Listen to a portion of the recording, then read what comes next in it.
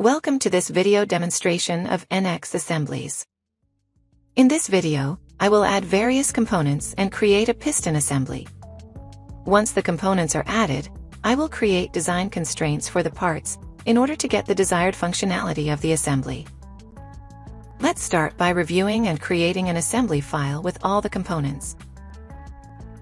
The connecting rod will need to be placed with constraints relative to the base part named piston head. Before constraining the connecting rod, I can easily change its orientation to orient it as desired for the assembly process.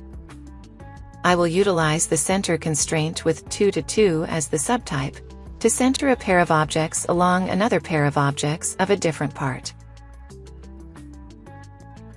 Then, I will utilize the touch align constraint to align the axis of the connecting rod to the axis of the piston head. So instead of selecting faces, I need to select each axis to align. You can see that since the connecting rod is not fully constrained to allow it to rotate just like it should in real life. For the bearing cap part in blue, I will need to utilize concentric constraint, which constrains two circular or elliptical edges so that their centers are coincident, and the planes of the edges are coplanar. We can review the completed assembly constraints in detail in the Constraint Navigator.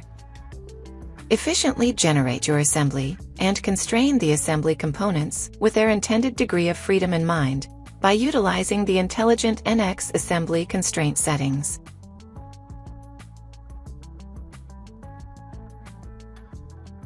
If you're curious to know more about our services, we offer a 30-day free trial that you can access by clicking on the free trial button located at the bottom right corner. Give it a try and see how it works for you.